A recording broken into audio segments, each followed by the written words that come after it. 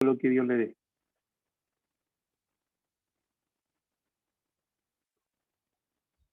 Amén, es un gusto poder nuevamente dirigirme a ustedes para hablar de la palabra del Señor. Y antes de comenzar, me gustaría unirme a la oración de nuestro hermano César para encomendar también de forma personal mi corazón, mi mente, mi vida entera. Bien, oramos al Señor. Padre, en el nombre de Jesús, oramos para que tu palabra sea obrando en nuestra vida, para que tu palabra obre con el poder que solamente ella tiene, para transformar nuestros corazones y llevarnos a ser más como el Señor Jesucristo. Ayúdanos que tu palabra al llenarnos también nos llene de tu espíritu y nos haga andar en esta vida que expresa tu evangelio, esta vida en el espíritu. Señor, y ayúdanos así también al ser llenados de tu palabra, a ser llenados de tu amor, comprender las dimensiones de tu amor, que no son calculables por nuestra mente finita. Solamente necesitamos de tu espíritu, de tu palabra, y tu palabra y tu espíritu pueden hacer eso posible en nosotros. Padre, no oramos por la capacidad que pueda tener un orador o un predicador, sino por el poder que viene en tu palabra, el poder que fue dejado ahí por el autor de ella, por usted mismo, Señor, por medio del poder de tu Espíritu. En nombre de Jesús, oramos, amén. Bien, para introducirnos al mensaje de hoy, quiero llevarlos a pensar de dónde han salido tantas religiones a nivel del mundo. ¿Cuál es el origen que dio lugar a que hayan tantas religiones a nivel del mundo? Y así también, a raíz de tantas religiones en el mundo, podemos ver tantas arquitecturas que nosotros podemos identificar como templos. El sentido es que el origen de tantas religiones que hay en el mundo, así también tantos templos dedicados a dioses paganos, viene después de la caída de Adán y Eva, después de que ellos desobedecieron y entraron en pecado en su vida, desobedeciendo a Dios.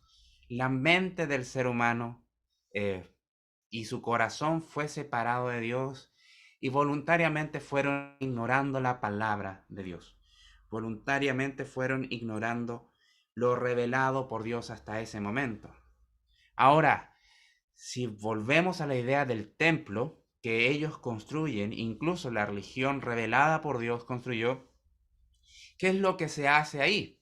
¿Qué es lo que se hace ahí? Bueno, es la concentración misma y la manifestación misma de sus creencias, del centro de su fe, donde se practican ritos, ceremonias y liturgias, donde se adora a, a su ser divino, a la creencia misma que ellos pueden practicar y confesar. Ahora, ¿por qué le estoy hablando esto? Porque al tratar Dios con los seres humanos, al tratar Dios con estos seres humanos rebeldes, pecaminosos, que se rebelan constantemente delante del Señor y que por sus propias ideas elaboraron religiones que buscaban conectarse con alguna deidad, con algún Dios, en la Biblia vemos que Dios interviene. ¿Para qué? Interviene para dar la verdad revelada por Él, para decirle, este es el camino y este es el Dios que deben de adorar. El Señor toma a Israel para mostrarle la ley y también en su momento elaborar un templo donde se dedicara la adoración al Señor, estas ceremonias y estas liturgias. Ustedes pueden ir al Antiguo Testamento de sus Biblias y van a encontrar cómo el Señor detalladamente levanta un templo. Y antes del templo específico podemos ver que el Señor levantó una gran tienda, una gran carpa en el desierto para manifestar su presencia en medio de ese pueblo de Israel. Y así también más adelante, al correr los años, el templo también para manifestar la presencia del Señor y también lo que Él mandaba. Ahora, eh, podemos ver también en las Escrituras que el templo del Señor, que Dios mismo eh, mandó a construirse y dio las especificaciones de construirse, fue destruido dos veces de una forma catastrófica. Lamentablemente esto fue por la misma desobediencia del pueblo de Israel. Por más que tuvieran un templo, ¿qué es lo que ocurría? Ellos iban tras a otros dioses y contaminaban la liturgia y la adoración al Señor. Ahora, en este tiempo de la iglesia, el tiempo que lleva de existencia la iglesia de Cristo, debemos de saber que cuando hablamos de templos muchas veces pensamos en estos edificios, en estos grandes edificios que llevaron años en construirse, que se necesitó la ayuda de eh, arquitectos, quizás ingenieros, mano de obras y un montón de materiales. Pero la visión que hoy día nos va a transmitir la palabra de Dios nos va a mostrar que Dios mismo ha separado un templo para sí. Y no es un templo elaborado por mano de hombre o por constructores humanos, sino elaborado y construido por el mismo poder de Dios. No va a ser un templo hecho por materiales corrompibles, sino algo levantado por la gracia del Señor, un edificio construido por el Señor, un edificio espiritual, un edificio donde se rinda adoración al Señor, pero es un edificio que está compuesto por todos los que creen en el Evangelio del Señor Jesucristo. Bien, y antes de avanzar en eso, para entrar de lleno a lo que el Señor nos tiene preparado para hablarnos hoy, me gustaría recordar que la semana pasada, nuestro hermano Andrés nos exhortaba el texto donde el apóstol Pablo nuevamente confrontaba la forma de pensar que tenían estos hermanos de la iglesia de Corinto. Sí, vamos a seguir hablando de la carta dirigida a los hermanos que estaban en la ciudad de Corinto y, como les digo, el apóstol Pablo, bajo la autoridad del Señor, estaba entregando este mensaje diciéndoles, saben que su forma de pensar es muy humana y no están entendiendo las cosas espirituales. ¿Saben por qué? Porque lo están haciendo en sabiduría humana. No lo están haciendo de acuerdo al poder del Espíritu de Dios. Espíritu que reveló las Escrituras, Espíritu que los trae al Evangelio, Espíritu que les da la fe y Espíritu que hace que el ministerio de la predicación de la palabra sea posible y tenga sus frutos. Por lo mismo deben de considerar que todo servidor está puesto para dar gloria al Señor. Y hablaba de Apolos y hablaba también de otros servidores que van edificando después de que las personas ya creyeron. ¿A qué se refiere con edificar? Hacerlos crecer en el conocimiento del Evangelio y crecer en madurez de cómo vivir como cristianos. Ahora, diciendo eso, el apóstol Pablo, guiado por el Espíritu Santo, va a traer a la mente esta idea de templo, pero como una composición viva que el Señor ha elaborado por medio de su cruz. Y lo que va a decir hoy es prácticamente esto, y es que Dios manda que se edifique su iglesia a los creyentes solamente por su palabra, porque la iglesia es el templo donde habita su Espíritu Santo y la cuida celosamente.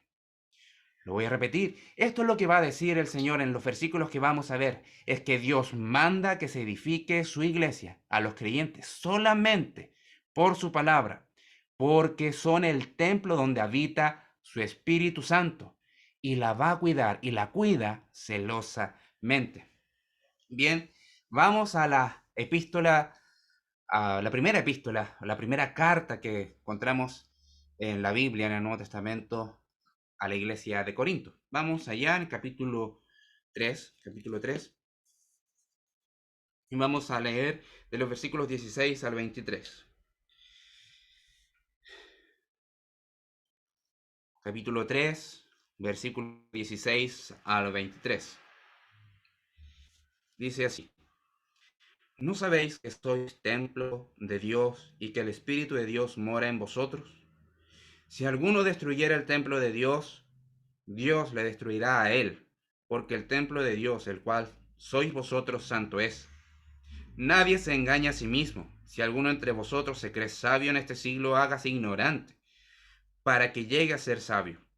Porque la sabiduría de este mundo es insensatez para con Dios, pues escrito está, Él prende a los sabios en la astucia de ellos.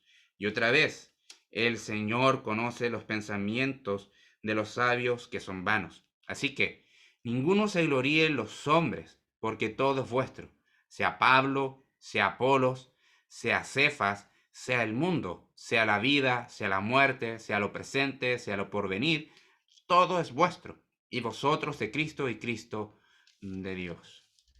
Titulé esta enseñanza, este sermón, así: Moradas del Espíritu, edificados por su palabra.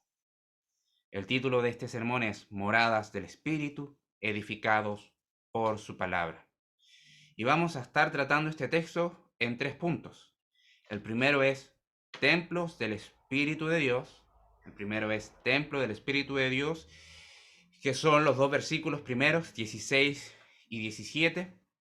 Luego el segundo punto se va a llamar sé ignorante y recibe la sabiduría de Dios en el Evangelio. Sé ignorante y recibe la sabiduría de Dios en el Evangelio.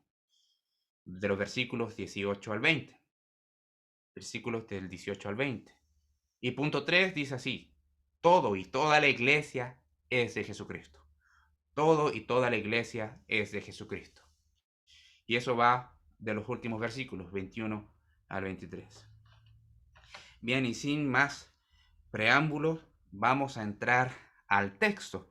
En el versículo 16 deben notar que comienza con una pregunta, la cual se está haciendo no esperando una respuesta. El fin de esta pregunta es encararlos, porque los está corrigiendo. Si los venía corrigiendo diciéndoles, ¿saben que ustedes son carnales?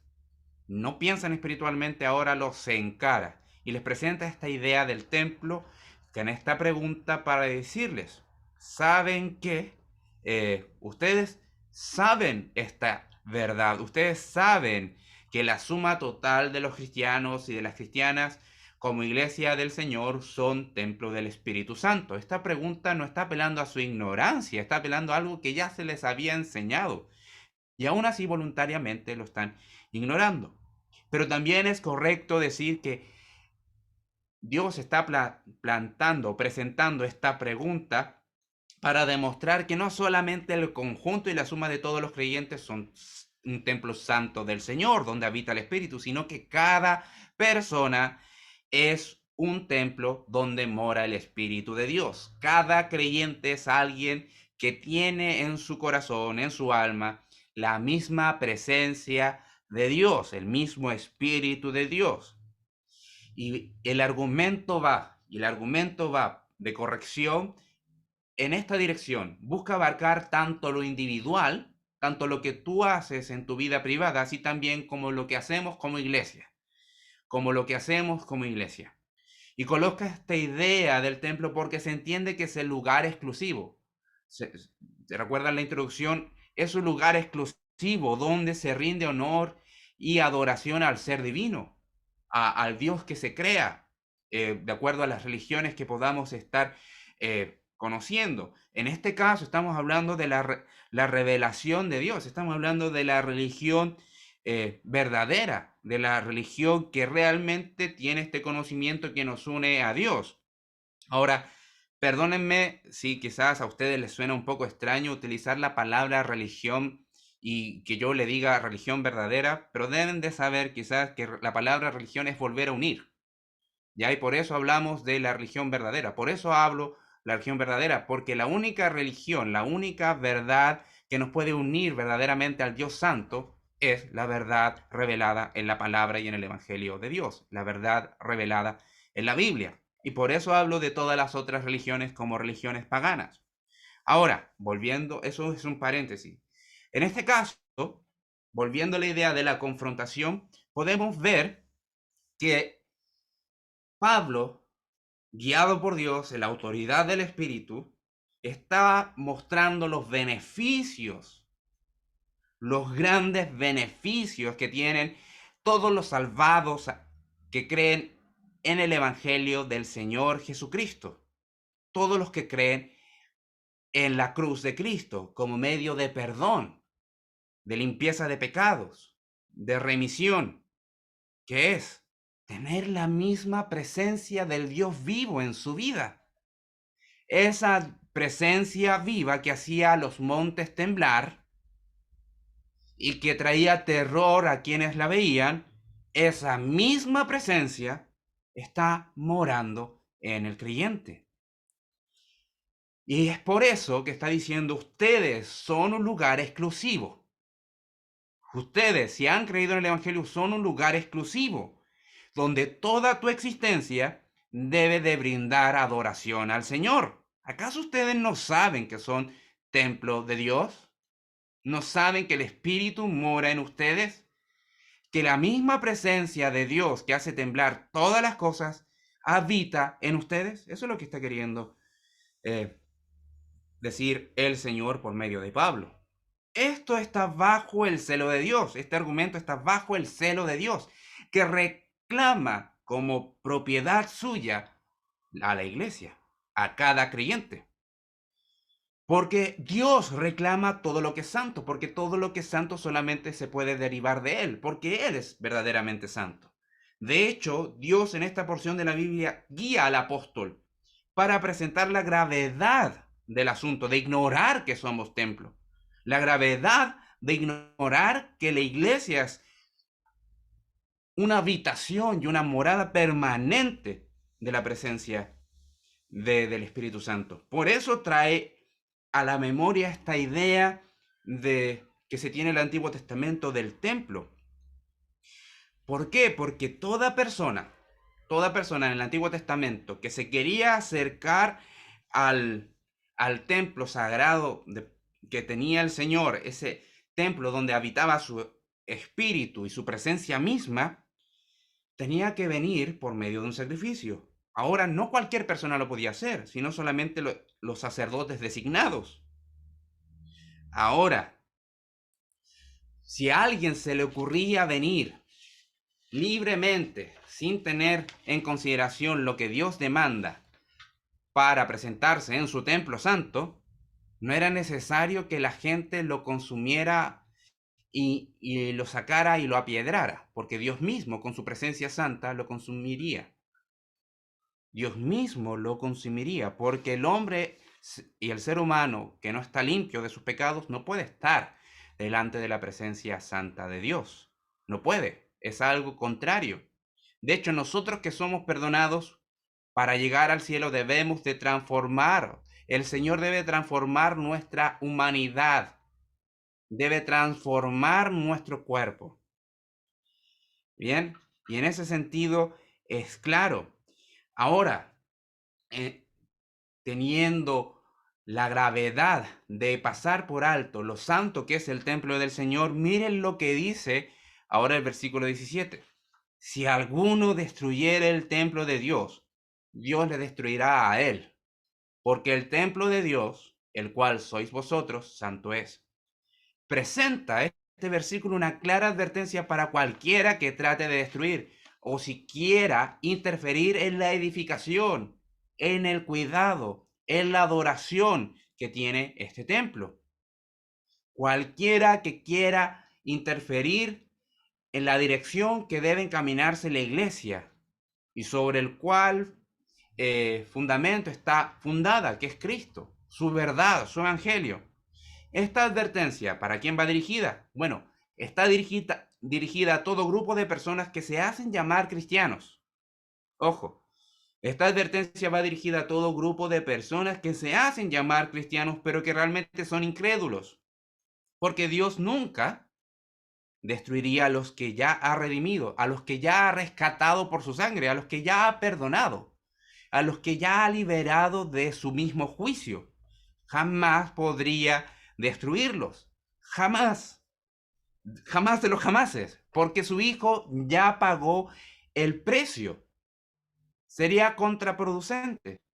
Y sería una contradicción abismal. Una contradicción del porte del mismo universo y mucho más grande. Jamás Dios destruiría a los que ya ha salvado, a los que ya han creído. Entonces, esta porción y esta advertencia está dirigida exclusivamente para los que se dicen ser cristianos, pero realmente son incrédulos, los que no son cristianos. ¿Y cómo se hacen presentes estos? ¿Cómo alguien podría tomar el templo del Señor y pervertirlo? ¿Cómo alguien podría tomar a la iglesia del Señor y corromperla? Guiarla por un mal camino. Bueno, esto solamente se hace presente cuando vemos las enseñanzas de falsos maestros que invitan a pecar a las personas, que invitan a abusar de la gracia de Dios, que invitan a pecar a los salvos del Señor, a los creyentes, que desprecian así el sacrificio de Cristo, con enseñanzas idolátricas como las que mencionaba Pablo anteriormente, que consideraban que un predicador y otro predicador son prácticamente los que hacían que los hombres creyeran o que fuesen más santos. No, todo comportamiento así es muestra de que se está yendo por un mal camino. Todo esto es un ataque directo a la obra del Señor, es un ataque directo a la iglesia que el Señor mismo formó y compró por su sangre. Es un ataque mismo y una perversión del templo santo del Señor.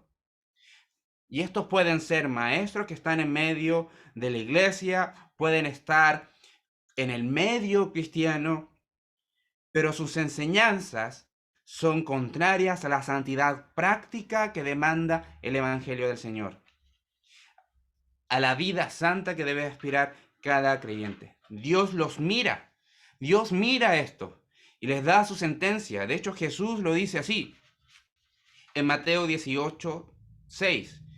Y cualquiera que haga tropezar a alguno de estos pequeños que creen en mí, mejor le fuera que se colgase en el cuello una piedra de molino, que era una piedra gigante, que se necesitaba un animal para darle vuelta, y que se hundiese en lo profundo del mar.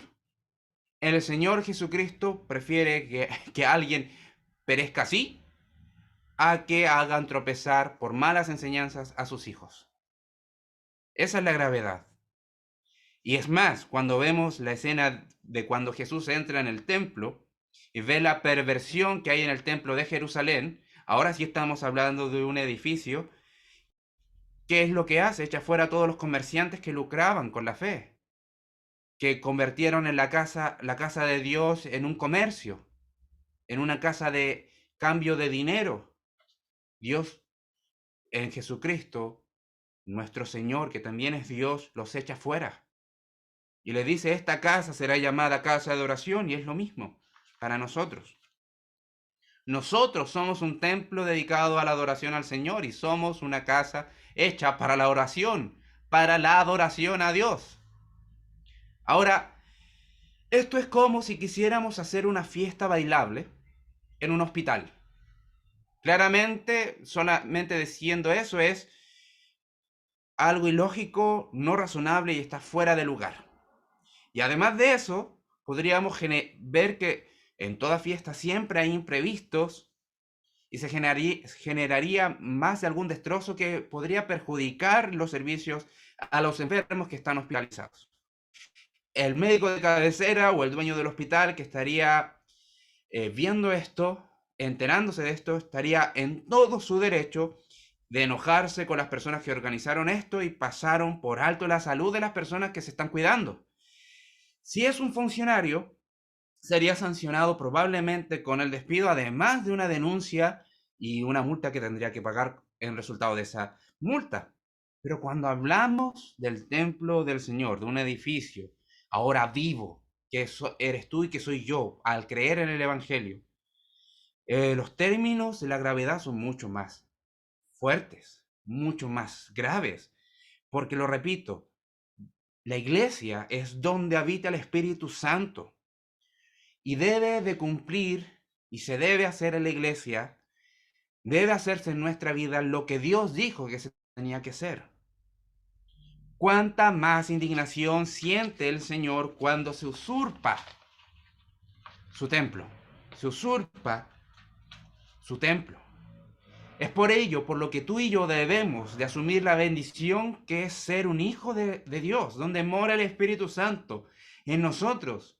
Y también ver el cuidado que debes de entregar a tu propia vida espiritual y también a tu hermano y a tu hermana en la fe.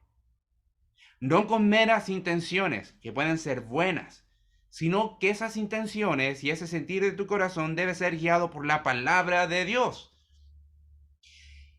Dios levantó este templo, la iglesia lo habita Él, y por eso también dejó instrucciones claras para cuidar de Él y del uso que debemos de dar a nuestra vida, del uso que debemos dar a nuestra congregación, a nuestra fraternidad, a nuestro lazo fraterno. Y el uso es la adoración al Señor. Ahora, decir que si has venido en arrepentimiento y fe de tus pecados, si has creído en el Señor para salvación, disfruta y reconoce que la presencia misma del Señor, el Dios Altísimo, el Dios del universo, que creó todo lo que existe, habita en ti. Disfruta eso. Es una persona gloriosa viviendo en ti, disfrútalo. Disfruta ese gozo que puedes experimentar porque sabes que Dios ha hecho posible que el Espíritu Santo esté en ti. Disfrútalo. Aviva ese gozo el que hay en ti para adorar al Señor. Pero por eso mismo, pídele que te llene de su Espíritu, según Efesios 5:18. No andemos llevados de aquí para allá de acuerdo a las cosas de este mundo, a los vicios que nos pueden acarrear este mundo, sino dirigidos y llenos por el Espíritu Santo del Señor. Y así vivir, como dice en Gálatas 5:24 y 25, guiados por el Espíritu Santo del Señor. Vivir una vida en el Espíritu, porque el Espíritu habita la iglesia. Si habita la iglesia, si es la vida que le da vida a la iglesia, debe de notarse. Ora al Señor que te dé sabiduría por su palabra y que su Espíritu para honrar lo que tú eres. Un templo donde habita el Espíritu Santo del Señor. Así edificar a la iglesia también. No vas a poder edificar a la iglesia, no vas a poder ser de bendición a tu hermano o a tu hermana si no tienes una correcta visión de lo que la palabra de Dios es.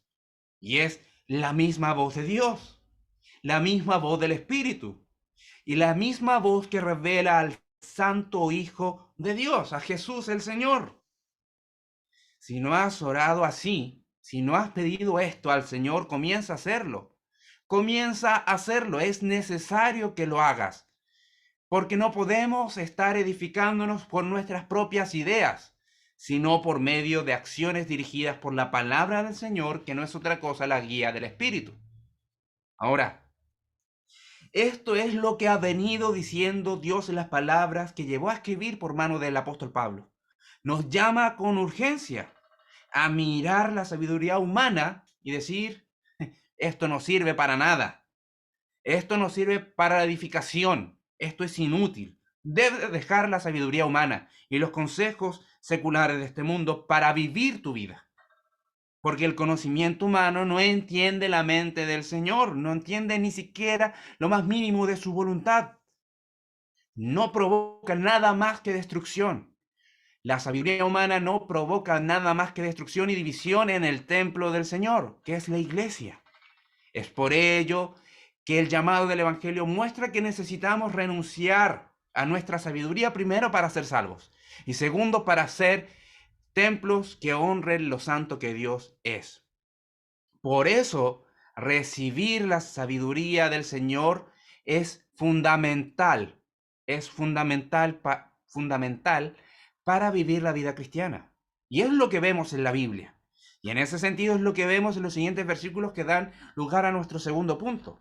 Sé ignorante y recibe la sabiduría de Dios en el Evangelio. Nadie se engaña a sí mismo. Versículo 18. Si alguno entre vosotros se cree sabio, en este siglo hágase ignorante para que llegue a ser sabio. Porque la sabiduría de este mundo es insensatez para con Dios. Pues escrito está, Él prende a los sabios en la astucia de ellos. Y otra vez dice, el Señor conoce los pensamientos de los sabios que son vanos. Versículo 18 está diciendo Dios por medio de Pablo y los confronta y les dice que no haya ninguno entre vosotros, ni aun uno, que sea seducido haciéndose trampas a su mismo corazón para convencerse de que su sabiduría es mejor que la de Dios. Que no haya ninguno entre ustedes que reconozca que su sabiduría es mejor que la de Dios, porque la persona que piense que es sabia en este siglo y que Dios debería decir que de sí mismo considera a otro sabio, en este siglo, en esta época, es una mentira. Es una mentira que te engaña. Es una mentira que te encierra en el engaño y que te saca fuera de la sabiduría de Dios, que te saca fuera de los razonamientos divinos de Dios. Es más, él piensa de sí mismo. Él piensa de sí mismo como sabio. Este hombre puede pensar de sí mismo como sabio y se muestra a los demás como sabios ante las personas, entre medio también de la congregación, por sus propias razones. Pero realmente es una mentira. Realmente no lo es. Para eso debe reconocer que es necio, que está atrapado en un conocimiento que no solamente es insensatez, sino que es absurdo. Ese es el énfasis que está dando este versículo, que es absurdo el conocimiento que dice que lo hace sabio, para identificar que cómo debe de vivir y cómo es que Dios trata con el ser humano. Es un conocimiento absurdo frente a la verdad que Dios revela por su Espíritu, del Evangelio, de la persona de Jesucristo, el mensaje que el Espíritu Santo dejó en las Escrituras. Eso sí es sabiduría real. Eso sí es sabiduría irreal. En ese sentido es hacerse ignorante, reconocer que por más letrado que seas en esta época en diversos conocimientos, si no reconoces el Evangelio del Señor, su verdad, su palabra y la obra sobrenatural del Espíritu de Dios que cambia el corazón, si no reconoces eso como sabiduría, realmente no eres sabio, para nada. Eres necio, insensato. Y por más que te creas sabio, eres ignorante. Y por eso te llama el Evangelio a reconocer lo que tú ya eres, ignorante de la verdad del Señor. Y en realidad solo eres poco honesto contigo solamente por tu ego y no reconoces eso, que eres ignorante. El versículo 19 agrega algo más. Dice, porque la sabiduría de este mundo es insensatez para con Dios. Pues escrito está, Él prende a los sabios en la astucia de ellos. La sabiduría humana es insensatez, es una bobería, es algo absurdo.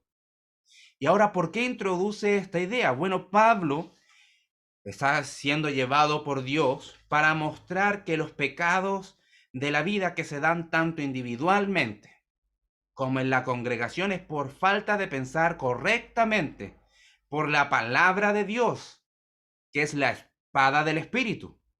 Entonces, para cuidar la vida espiritual de los creyentes, para conservar la unidad en la iglesia, se debe de tener una visión apropiada de quiénes somos nosotros. Somos el templo donde habita el Espíritu Santo y debemos ser cuidados por la espada del Espíritu Santo, que es la palabra del Señor.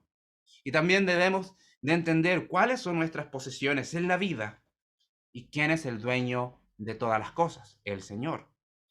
Noten que acá no se está hablando de cosas como negocios, matemáticas, ciencia, mecánica, arqueología, etc. Se está hablando exclusivamente de Dios, el Evangelio por la cruz, la salvación traída en la persona de Cristo y la verdad espiritual en la que se encuentra todo ser humano que nace sin Cristo, muerte espiritual. Dios es santo y Dios viene a reconciliarse con nosotros por medio de Cristo. Porque toda persona puede tener un buen conocimiento en todas las otras áreas que mencioné con anterioridad, pero sin la necesidad de tener una iluminación y comprensión de la obra del Espíritu Santo y de la verdad de Dios.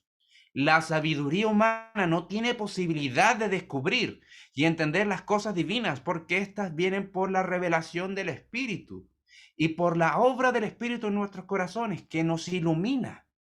nos hace entender. La Biblia ocupa diferentes ideas para esto. Nos saca la venda de nuestros ojos, nos quita el velo, nos abre el entendimiento para poder entender la verdad revelada por Dios, como ya se ha visto en las últimas exposiciones de las porciones de este capítulo. Tanto mi hermano César como mi hermano Andrés habló de la obra del Espíritu. Y todo lo que hacen los predicadores está por la obra del Espíritu. Si hay una iglesia es por la obra del Espíritu que trae al corazón la verdad del Evangelio. Ahora, si notan, la mitad del versículo 19 y el versículo 20 entero, lo que sigue a continuación, por eso está entre comillas, es una cita. Es una cita de Job 5:13. Y el versículo 20 es una cita del Salmo 94:11, que busca reforzar esta idea que ya he venido explicando. Y recuerda que la sabiduría humana no puede salvar, ni tampoco puede dirigir correctamente a la iglesia. Tampoco, pero tampoco puede impedir el crecimiento de la iglesia. ¿Por qué? Porque Dios es el dueño de la iglesia y Él va a cumplir su plan. Nada, ni la sabiduría más elaborada, ni la filosofía más elaborada que se contraponga al Evangelio puede frustrar el plan del Señor, que es transformarnos de gloria en gloria, que la iglesia cumpla su propósito. Nada lo puede frustrar, lo puede generar problemas, sí, pero el Señor va a cumplir con su propósito. Porque, ¿qué es lo que genera esta sabiduría humana? Dice que se vuelven presos. Dios hace que estén presos en su sabiduría, entonces quedan inertes, quedan ubicados en un lugar específico como una cárcel, los vuelve presos de su propia sabiduría, los prende en su audacia, los prende, o sea, quiere decir, los mete en una cárcel. Y el versículo 20 dice, y otra vez el Señor conoce los pensamientos de los sabios, que son vanos. Dios conoce que el trasfondo de su sabiduría está vacía, que es algo inútil, que estos falsos maestros lo que enseñan no es más que idolatría y que nada vale, y en su momento será revelado. Esto es tan absurdo como si te enfermaras y fueras a un mecánico para que viera tu salud. O si necesitas una receta de cocina, buscarla en un libro de geometría. Así de absurdo es. Ambos casos servirían si realmente respondieran a la necesidad específica. En el caso del mecánico, si tuvieras un problema con el auto. En el caso de, del libro de recetas, si tuvieras la necesidad de preparar una comida especial para hoy, por ejemplo. Así de absurdo es querer vivir sin Dios, alejado de su palabra, alejado de la obra del Espíritu, independiente de la obra del Espíritu. Absurdo es querer crecer en la fe sin tomar las palabras de Dios como las que nos hacen crecer en la fe. Así también de absurdo es querer que la iglesia madure en su fe y viva más santamente sin someternos al poder de la palabra del Señor y la presencia permanente del Espíritu Santo en la vida de cada creyente. No vamos a madurar, no vamos a crecer, no vamos a generar una buena adoración si nos desprendemos de la palabra de Dios, si nos desprendemos de que le pertenecemos y que somos su morada. La iglesia, hermanos, hermanas, debe ser dirigida por la palabra del Señor, porque es la voluntad santa de Dios, que fue registrada por inspiración del Espíritu Santo, no traída por voluntad humana, sino por la voluntad de Dios. Esa es la palabra que Dios usa para que sigamos a Cristo y sus mandamientos. Esa es la palabra que cambia nuestros corazones. Esa es la palabra que por el poder del Espíritu nos lleva al arrepentimiento y nos trae la fe. Es la palabra de Dios por medio del poder del Espíritu Santo que nos hizo nacer de nuevo. Los cristianos, las cristianas de esta época, la iglesia no debe tener sus propias opiniones acerca de las cosas que Dios ha revelado, por diferente motivo que sea, sino de buscar entender lo que Dios ya dijo en su palabra. lo que Dios ya reveló por su Espíritu en la palabra. Y eso es rendir adoración al Señor y reconocer que somos el templo donde habita el Espíritu del Señor. Por eso la invitación es hacerte ignorante y recibir la sabiduría en el Evangelio del Señor. Cuando los cristianos comenzamos a expresar y seguir nuestras propias ideas acerca del Evangelio, de lo que es la iglesia, de lo que es mi vida cristiana, los santos inevitablemente se comienzan a dividir. Problemas en el matrimonio, problemas con el hermano de aquí y de allá, problemas, etcétera, con los vecinos, problemas con los testimonios de otras iglesias, etcétera. Por eso, hermano, presta mucha atención. Los cristianos, las cristianas, no somos más sabios en nuestra capacidad humana que los incrédulos. Si piensas eso, estás equivocado. Para que el cristiano sea en verdad sabio, debe de reconocer que su propia fuente de sabiduría no es algo que se genera en él, algo que recibe de parte del Señor. Es algo que recibe de parte del Señor y está en la Biblia. Es la Biblia, por la obra del Espíritu Santo. Porque de otra forma estaríamos unidos a la sabiduría humana, carnal y diabólica, que corrompe todo lo que es santo. Cuando creemos que somos muy sabios en cuanto a nuestra propia condición, eso es producto de un orgullo intelectual y es enemigo de la revelación de Dios. La iglesia debe de aceptar que debemos honrar la palabra de Dios y que debemos de someternos a ella. Despreciarla, además de ser necio, además de eso, es rechazar la voz de Dios, como ya lo dije, es rechazar la voz del Espíritu Santo y es renegar la autoridad que Dios ha dejado en la iglesia. Y pensando en esto, quiero preguntarte, hermano, ¿cuánto tú te estás sometiendo a la Biblia? ¿Cuánto estás buscando sabiduría ahí?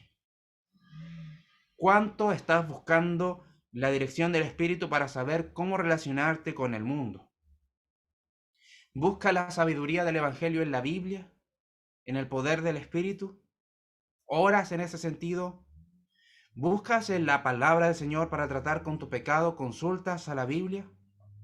Si Dios examinara ahora mismo tu corazón, y espero que así lo esté haciendo, ¿cuál crees que sería el resultado de su examen? ¿Serías considerado sabio o insensato? Dios te está llamando a decir, soy necio, Señor, tú eres sabio. Y por lo mismo te animo a hacer eso y decir, Señor, cuán sabio eres tú y cuán necio soy yo. Enséñame tus palabras de vida para que vivas según tu evangelio y ayudar a otros a crecer en tu palabra, en tu Biblia.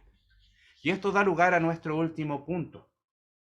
Y es todo y toda la iglesia de Jesucristo. Así que, versículo 21, ninguno se gloríe en los hombres, porque todo es vuestro, sea Pablo, sea Apolo, sea Cefas, sea el mundo. Vamos a parar ahí.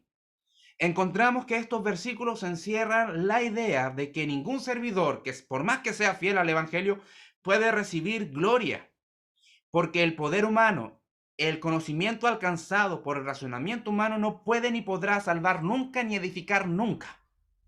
Ningún poder humano, ninguna sabiduría humana te va a llevar a vivir santamente, conforme a lo que a Dios le agrada. Solo el Espíritu Santo trae la certeza. Solo Dios Espíritu Santo. Dios Espíritu Santo, como cantábamos en el himno. Solamente Él trae la certeza, la convicción de que Jesús murió por amor en mi lugar. En lugar de los pecadores. En la cruz del Calvario. En la cruz de la Palestina del primer siglo. Recibiendo en mi lugar la ira de Dios. Solamente el Espíritu Santo puede traerme que entienda eso. Solamente el Espíritu Santo puede hacerme creer eso. Y también solamente el Espíritu Santo puede hacerme entender que eso que vivió nuestro Señor Jesucristo, muy amado nuestro Señor Jesucristo, fue la justicia de Dios en él. Que dice que el pecado lleva como paga la muerte. Por eso, cerrando este párrafo, cerrando esta idea, encontramos que en el versículo 21 introduce cuál es la visión que debemos de tener sobre los otros, sobre los servidores. Pablo, Apolo, Apolo, que eran ministros, predicadores de esa época, todos no reciben más crédito alguno, sino simplemente que cumplieron el servicio a Dios. Y Dios, por medio de ellos, por medio de su predicación, construyó y levantó la iglesia. Porque Dios mismo es quien levanta la iglesia por el poder de su palabra. Dios es el que coloca el sello de la iglesia, como con su Espíritu Santo, demostrando que la iglesia es de Él y Él la gobierna. A esto agregan el versículo, en el final de ese versículo, todo es vuestro, explicando que todos los creyentes nos pertenecemos mutuamente, que nuestro servicio tiene que ser dirigido a mi hermano, partiendo por casa, como bien dice el dicho, pero también comenzando con los hermanos, en la casa local, un poco más grande, una casa un poco más expandida. Todos los creyentes nos pertenecemos mutuamente y todos recibimos las mismas bendiciones en el Evangelio. Por eso la jactancia humana es tanto absurda como pecaminosa. La jactancia de decir merezco un crédito es absurda, no tiene sentido y para Dios eso es pecaminoso y es vanidad. O sea, está vacío y es inútil. En la mitad del versículo 22, se introduce una visión sobre las cosas, sea el mundo, sea la vida, sea la muerte, sea lo presente, sea lo porvenir, todo es vuestro, diciendo algo que para nuestro presente, diciendo algo así que para nuestro presente, la pecaminosidad hace que esto sea utópico. Todo el mundo es nuestro, toda la vida es nuestra, todo lo que viene es nuestro. ¿Cómo es eso posible? Bueno, es una afirmación increíble, pero yo no sé, tú hermano o hermana, yo lo creo, y va a haber un momento donde vamos a gobernar juntamente con el Señor todas las cosas. ¿Cuándo va a ser eso? Bueno, cuando el Señor venga nuevamente a instaurar su reino, para demostrar que su justicia, su santidad, su gobierno, ese sí es ese sí es justo, ese sí nos lleva a la adoración que Dios demanda del universo entero. Y a pesar de que haya oposición, eso va a ser. Aun por más que haya oposición a que eso se cumpla, van a haber 1000 años literales que tendrá lugar el reino del Señor en esta tierra.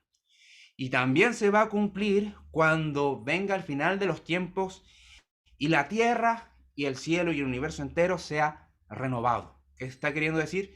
La iglesia, la iglesia va a disfrutar de estas bendiciones como templo del Señor, como baluarte del Señor, como una morada del Espíritu Santo de forma perfecta cuando venga Él, haya 1000 años en su reino y también en la eternidad.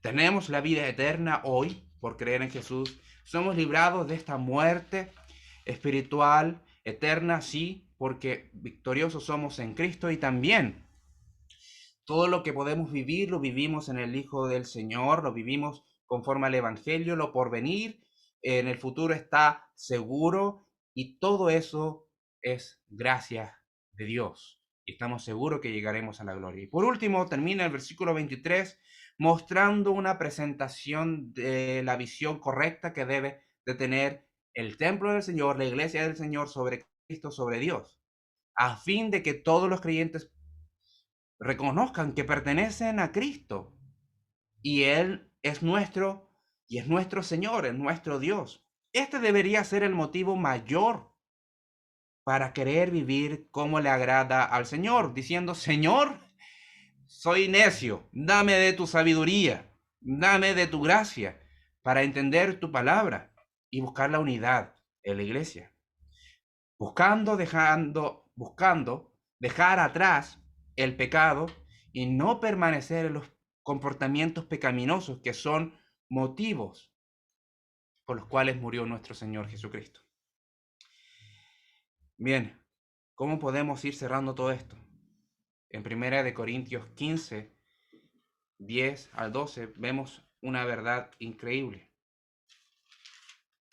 Si me acompañan allá, dice así. Pero por la gracia de Dios soy lo que soy, y su gracia no ha sido en vano para conmigo. hablando el apóstol Pablo. Antes he trabajado más que todos los demás apóstoles y los otros predicadores, pero no yo, pero no yo, sino la gracia de Dios conmigo. Todo lo ha hecho la gracia de Dios. Porque, o sea yo, o sean ellos, los demás predicadores, así predicamos y así habéis creído. Que el Señor es el que hace la obra, la gracia de Dios es el que transforma nuestros corazones. Y podemos ver en Romanos 8, 37 a 39 algo similar a lo que dice acá, a lo que estaba diciendo. Romanos 8, 37 al 39 dice: Antes, en todas las cosas, somos más que vencedores por medio de aquel que nos amó. En Cristo, somos más que vencedores. Por lo cual estoy seguro de que ni la muerte, ni la vida, ni los ángeles, ni principados, ni potestades, ni lo presente, ni lo porvenir, ni lo alto, ni lo profundo, ni ninguna otra cosa creada nos podrá separar del amor de Dios que es en Cristo Jesús, Señor nuestro. Todos estamos seguros en Cristo y nuestra salvación está segura. Debemos de honrar al Señor como lo que somos, el templo donde habita su Espíritu. Y por último, para ir cerrando esta exposición, este sermón que titulé Moradas del Espíritu edificados por su palabra, decir que si no has entendido muchas de las cosas que se han expuesto acá, quiero que recuerdes esto. Si has creído en el Evangelio del Señor Jesucristo, que por su muerte tú tienes perdón de pecados y que por su muerte tú tienes una relación con Dios y la vida eterna, el Espíritu Santo habita en ti. El Espíritu Santo habita en ti. Y como ese mismo Espíritu Santo habita en ti, dejó un libro. Y ese libro es la Biblia. Y es la espada de ese mismo Espíritu para ir limpiando todas esas falsas enseñanzas que pueden entorpecer tu vida de fidelidad al Señor. Por lo mismo te invito a ti a decir: soy ignorante en cuanto a las cosas del Señor. Sea que lleves un mes, 2 meses, 3 meses, 4 meses, 20 años en el Evangelio, toda una vida en el Evangelio, siempre debes decir: Señor, tú eres sabio, yo soy necio, y ayúdame a entenderte. ¿Por qué? Porque la iglesia es de Cristo. La iglesia es de Jesucristo. No hay ningún jefe, no hay ningún dueño que no sea el mismo Señor. Para terminar, me gustaría que pensaran en lo que dice Filipenses 1, Filipenses 1 del 9 en adelante, son unos pocos versículos, dice así: Y esto pido en oración, que vuestro amor abunde aún más y más en ciencia y en todo conocimiento. Que nuestro amor como iglesia crezca, que mi amor por mis hermanos crezca, que mi amor por los perdidos crezca, que mi amor por el Señor, por sobre todas las cosas, crezca, para que sepamos qué es lo mejor para vivir, a fin de que seamos sinceros, sin máscara, sin apariencias, y verdaderamente irreprensibles para el día cuando el Señor Jesucristo venga, para que llevemos frutos de justicia, frutos en la palabra de Dios, que son por medio de Jesucristo. Solamente Jesucristo provoca esa obra, para la gloria y alabanza de Dios. Ahora invitar también a los que, si han escuchado este mensaje y no te consideras parte de la iglesia, te invito a ti a creer en el Evangelio. Te invito a ti a confesar tus pecados y reconocer que el Señor es santo y que tú eres un pecador que necesita su sangre en tu vida para ser limpio de pecado y tener la vida eterna. Te invito a ti, si no lo has entendido, espero que puedas ver esta gracia y oro para que el Espíritu Santo toque tu corazón, obre en tu mente y puedas ver la verdad revelada de Dios en la Biblia. Bien, vamos a terminar orando. Padre, cuán maravilloso tú eres, cuán maravilloso es tu amor, cuán maravillosa es tu paciencia con nosotros. Tu palabra es profunda y insondable y tu palabra es gloriosa. Por eso necesitamos que nuestra mente limitada sea tomada por tu Espíritu Santo y que nos lleve a comprender tu palabra. Ayúdanos a pasar tiempo en tu palabra para saber cómo vivir. Ayúdanos a reconocer que somos necios para cambiar nuestra insensatez, no para sentirme cómodo con mi propio pecado, sentirme cómodo con la insensatez que me es pecado. Señor, ayuda a cuidar mi vida espiritual para que también sea motivo de edificación para tu iglesia, porque nos pertenecemos mutuamente, estamos unidos por la fe. Señor, obra en tu iglesia, obra por medio del conocimiento de tu evangelio, por el poder de tu Espíritu Santo. No oramos a un Dios que no se levantó de la tumba, sino oramos a un Dios vivo que tiene todo el poder para levantar a los muertos y darles vida eterna. Señor, ayúdanos a crecer en tu amor. Ayúdanos a crecer en tu amor para vivir santamente. Hubo un predicador que dijo, la mayor receta para vivir una vida santa es comprender lo glorioso que es tu amor. Porque si sabemos que nos amas, ¿cómo querríamos defraudarte? Señor, toma ese conocimiento del Evangelio y aplícalo conforme a la santidad que hay en él y conforme al amor que hay en él. Padre, oramos no considerando que esta oración es meritoria, sino clamamos solamente por tu misericordia y los cuidados celosos que tú tienes de tu iglesia. En el nombre de Jesús oramos. Amén.